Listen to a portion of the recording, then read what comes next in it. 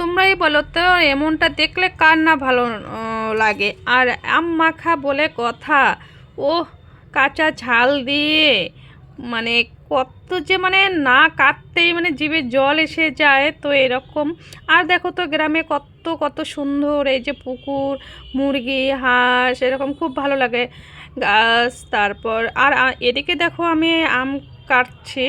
তো দিদি বলেছে কি, দিদির যা বলেছে কি যে আম কয়টা নিয়ে যা বাড়িতে, চাটনি করে খাবি। তো আমার মানে খেতে ইচ্ছা করেছে। তো এখানে সবার সঙ্গে খাবো, এটা খুব ভালো লাগে। তো এরপরে আসা হবে কি না হবে, তো হ্যাঁ আম খাওয়া হবে বাড়িতে গেলে, আমার বাবা বাড়িতে গেলে। কিন্তু এখানে তো একা একা, তো এখানে খেতে ভালোই লাগবে না। যতই চাটনি খাই আমের বা আম মাখা খাই, একদমই কিন্তু ভালো লাগবে না, কারণ আমরা এখানে মা ছেলে। তো আমি বললাম না, এসে এখানে খাবো। আমি নিয়ে যাওয়ার কথা বলছে, মানে আমি বাড়ি নিয়ে আসবো, আর আমি বলছি না খাবো।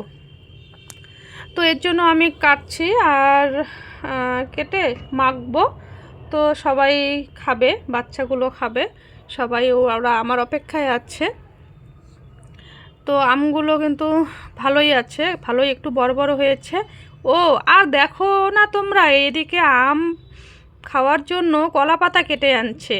কলা পাতা কেটে মানে সবাই কি মানে মানে সহ্য হচ্ছে না ওদের, আম খাবে। আর আম খাওয়ার সদস্যগুলো তো পুরো ব্যস্ত ব্যস্ত, দেখো দেখো দেখো, আর মুখের দিকে তাকাচ্ছে সবাই। ও কি লোভ লাগছে দেখো, এদেরকে যদি আমি না দেই তাহলে কি হবে বলো তো, তোমরাই বলো। মানে রাগে রাগ হয়ে যাবে আমার উপরে যদি না দেওয়া যায়। আর দেখো দেখো তো আমার ছেলে কি করছে, এটা কিন্তু আমার ছেলে। তো ও কিন্তু খুব মানে একটু টিপটিপে, তো মাটিতে পড়ছে, ওটাও কিন্তু তুলে খাচ্ছে। দেখো তাহলে আমের প্রতি কতটা। আর ছোটো পুচকিটা আমার দিদির মেয়ে, এটা হচ্ছে আমার দিদির যা। আম মাখা কিন্তু খাওয়া হয়ে গেছে, তো দিদির যা আবার কাটছে, আবার খাবে। ওই দেখো ওরে বাবা, ক্যামেরার দিকে কি তাকাচ্ছে, ক্যামেরা অন করলেই ও আগে মুখটা নিয়ে আসে, বুঝেছ। তো আমি আবার বাড়ি চলে আসবো, বিকালের দিক প্রায় হয়েই গেল। তো আম মাখা আগেই দুপুরবেলা রোদ্রের মধ্যে খেতে কিন্তু খুব ভালো লাগে গরমে। তো একটু দেরি হয়ে গেল, কারণ দিদিদের অনেকগুলো কাজ ছিল, তো আমিও একটু কাজ করেছিলাম দিদিদের সঙ্গে। তো আর দেখো ও কি মিষ্টি হাসি, ও দেখো ক্যামেরা অন করলেই আগে, ক্যামেরা অন করলেই আগে। তো দিদির যা কিন্তু না অনেক কয়েকটা, তো এরা সবাই কিন্তু সব কিছু একসঙ্গেই মানে কিছু কিছু জিনিস একসঙ্গেই করে, ভালো লাগে। তো দেখো আমি কি নিয়ে আসছি বলো তো, এই যে ঢেঁকি শাক নিয়ে আসছি। আর ঢেঁকি শাক নিয়ে আসছি, ওদিকে আমি ভাত বসিয়ে দিয়েছি, তা একটু জালটা কমিয়ে দিলাম। আর ঢেঁকি শাক নিয়ে আসছি, আমি দিদিকে বলছি যে আমি উঠাবো ঢেঁকি শাক, ও দিল না আমাকে উঠাতে। মানে ওদের বাড়িতে গিয়ে ঢেঁকি শাক উঠানো যাবে না, আমার মানে ইচ্ছা ঢেঁকি শাক উঠানোর। আর বাড়ি গিয়েও আমার ঢেঁকি শাক উঠানো হয় না, ওই বাবা বা কখন নিয়ে আসে বা ঢেঁকি শাক উঠে, তো ঢেঁকি শাক আর উঠানো হয় না, চান্স পাই না আমি ঢেঁকি শাক উঠানোর। তো ভালো লাগে উঠাতে। আর দেখো ঢেঁকি শাকগুলো আমি বেছে নেব, আগে দেখে নেব ঢেঁকি শাকগুলো, তারপরে পরে কাটারি দিয়ে কাটলেই ভালো হবে, তাই না বলো। আমি তো তাই করি। মা আবার দেখি কি একটা করে বাছে, একটা করে মানে ফটাফট ছিঁড়ে নেয়। আর আমি ওরভাবে পাই না, আমি আগে দেখে নেব, মুটি মুটি করে নেব, পরে কেটে নেব, ছুরি দিয়ে কেটে নেব। তো দেখো তাজা তাজা, কালকে তো আমি আসছি সন্ধ্যাবেলা রাত্রেবেলা ওদের বাড়ি থেকে, আর আমি ওদের বাড়ি থেকে চলে আসলাম। আমি ওদের বাড়িতেও এই একটা বেলার জন্যই যাই, তো চলে আসলাম। তো ঢেঁকি শাকগুলো তো রাত্রে খাওয়া যায়, মানে পরের দিন খাওয়া যায় না, আমি দিদিকে বললাম। বলে কি যে শহরের লোকগুলো না কিনে পরের দিনেই খায়, ও যায় খাওয়া এসব বলছে। তো যাই হোক আমিও খেলাম। আর দেখো কচুগুলো না যখন কেটে নিয়ে আসছে তখন কিন্তু খুব তাজা ছিল, খুব ভালো ছিল। আর একটা বেলা ওদের বাড়িতে ছিল, আমাদের এখানে রাত্রেটা ছিল, কচু পাতাগুলো না শুকিয়ে গেছে দেখো। তো আমি কচু পাতা খেতে চেয়েছি। তো কচু শাকটা আমার ছেলেও খায়, ঢেঁকি শাকটা ওর প্রিয়। তাছাড়া অন্য শাকগুলো কিন্তু খেতে চায় না, যেমন ঢেঁকি শাকটা খেতে চায় আর লাল শাকটা, এই দুটো শাকই খেতে চায়। যেমন সর্ষে শাক, পাট শাক, এগুলো কিন্তু খায় না। তো ঢেঁকি শাকটা ওর খুবই প্রিয়। আর এই কচুগুলো আমি কিন্তু ডাঁটাগুলো সব নিয়ে নেব, পাতাগুলো খাওয়া যাবে না, বুঝেছো?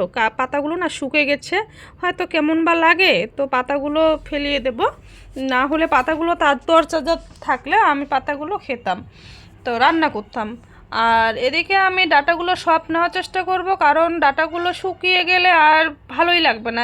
অনেকটা শুকিয়ে গেছে জানো তো, উপরে উপরে অনেকটা শুকিয়ে গেছে। আর আমি ছুলছি জন্য একটু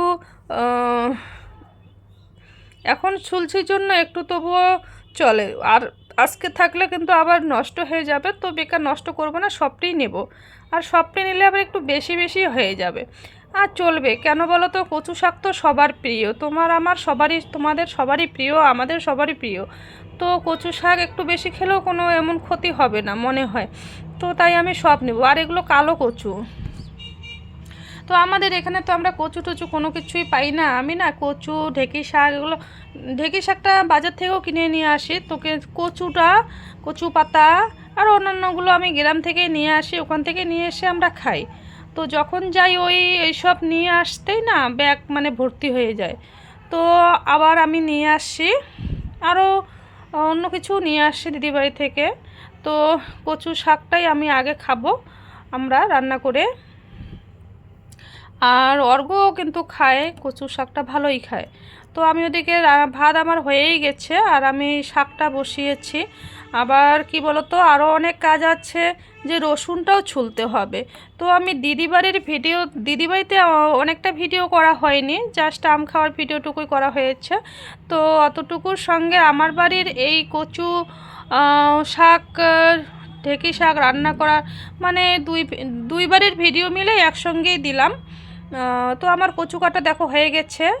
আর দেখো এই যে কচু কেটে হাতে দেখো কি কালো কালো হয়ে গেছে, তাই না বলো? এটা তো হবেই বলো। তো যখন মেয়ে ছিলাম বা এখনও যদি বাড়িতে যাই না, মা না কচু কাটতে বলে কি আমি কাটি তুই পাবি না, এরকম করে। আর এখন তো কাটতেই হবে বলো, নিজের কাজ নিজের থেকেও করতেই হবে, এখানে তো আর মা নাই যে মা এভাবে বলবে। আর দেখো দিদি আমাকে আটাও দিয়েছে, তো আটাগুলো আমি টিকে নিচ্ছি। একটু এক প্যাকেট মানে ছাঁকি রাখবো, বুঝেছো? তাহলে না রুটি করতে একটু তাড়াতাড়ি সুবিধা হয়। আর জানো না, অর্গেন না খুব মানে রুটি এত ভালোবাসে, আর স্কুলও রুটি নিয়ে যায়, পছন্দ করে বাড়ির টিফিনটাই নিয়ে যেতে। ওদের স্কুলে গেট থেকে তো বের হতে দেয় না, আর স্কুলের ভিতরে শুধু একটা ক্যান্টিন আছে, ওখানেও রুটি পাওয়া যায়, কিন্তু ও বাড়ির রুটিটাই পছন্দ করে, তাই ওর জন্য খুব রুটিটা মানে করতে হয় আমার। আর এমনিতেও বাড়িতে রুটি খুব পছন্দ করে, তো রুটিটা এর জন্য আমার না ভালো লাগে না রুটি করতে, জানো? আমার অন্য কাজ ভালো লাগে, অনেক বাসন মাজা, অনেক কাপড় ধোয়া, যা যাবতীয় কাজগুলো থাকে না, আমার ওসব করতে খুব ভালো লাগে। কিন্তু রুটিটা না জানো আমার না কেন যেন করতে ইচ্ছে করে না, কিন্তু কী করবো বলো তো, ইদানিং সবসময় রুটি করতেছি, কারণ অভ্যাসটা হোক।